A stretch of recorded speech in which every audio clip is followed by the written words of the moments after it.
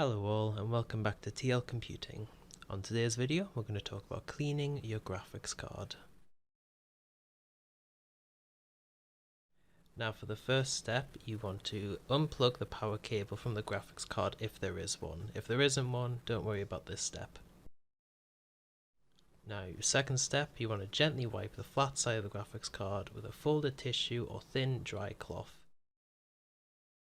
This step should be pretty simple, you just have to wipe across the surface. If you have seen my video on keyboards and mice and how to clean them, this step will be pretty similar.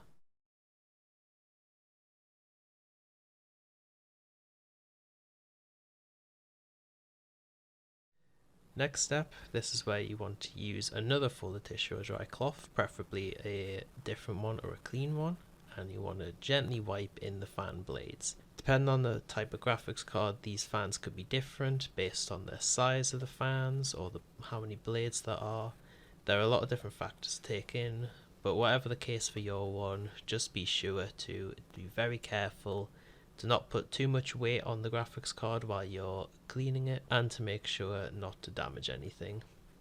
Similar to the video where I talked about cleaning fans for the computer, you should make sure to clean this at least once a month.